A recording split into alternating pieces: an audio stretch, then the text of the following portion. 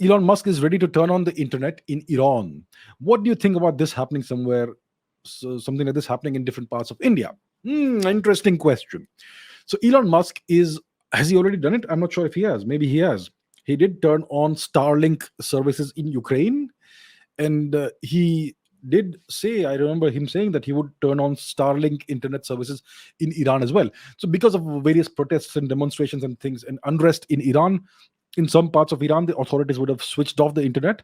So if Elon Musk turns on the Starlink service, then the people of Iran could be in a position to use the internet for free from the satellites that Elon Musk has deployed in orbit around the Earth. So that's how you can use technology for geopolitical purposes. That's how you can use, uh, you know, civilian technology, apparently civilian technology, for geopolitical purposes, right? So now Elon Musk has become a geopolitical player. He can shape the course of actions in places like Ukraine and in places like Iran. He can undermine the government of Iran if he wants to by doing this. He can also undermine the government of Russia if he wants to, if he can do this, and he can do this. So what about India?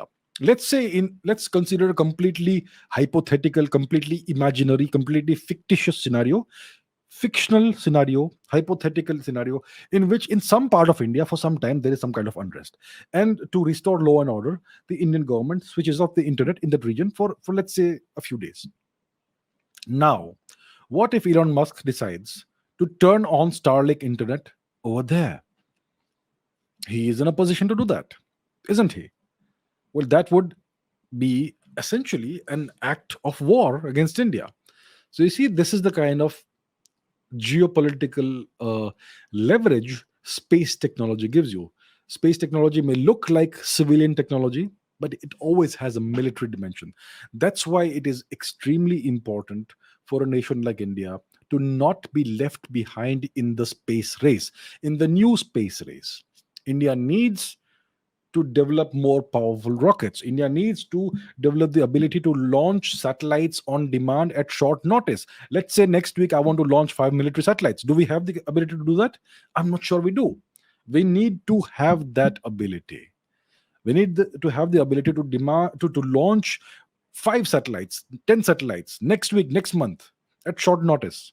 Big satellites, not tiny satellites. We need to have that. That is a massive advantage if you have such abilities.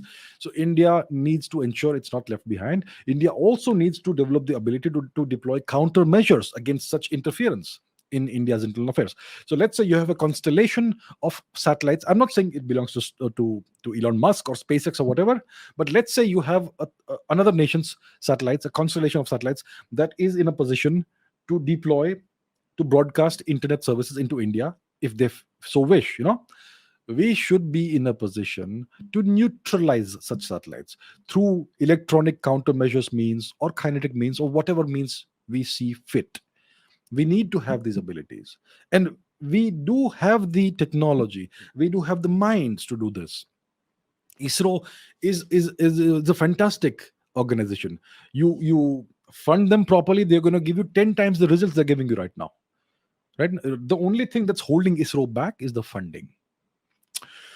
So yes, this is an excellent question that Alpha Beta has asked us, and this is something the Indian government needs to please take very seriously. We cannot be left behind in any of these matters, whether it comes to space launch technologies, whether it comes to building more powerful rockets, excuse me, whether it comes to the moon race, deploying rovers and satellites around the moon, rovers on the moon surface, or ensuring that we have uh, a human presence in Earth's orbit, or ensuring that we eventually have a moon base that inhabited by human beings, by Indian citizens on the moon. All of this needs to be taken very seriously. We cannot afford to be left behind in these things, because all space technology has a military dimension and a geopolitical dimension.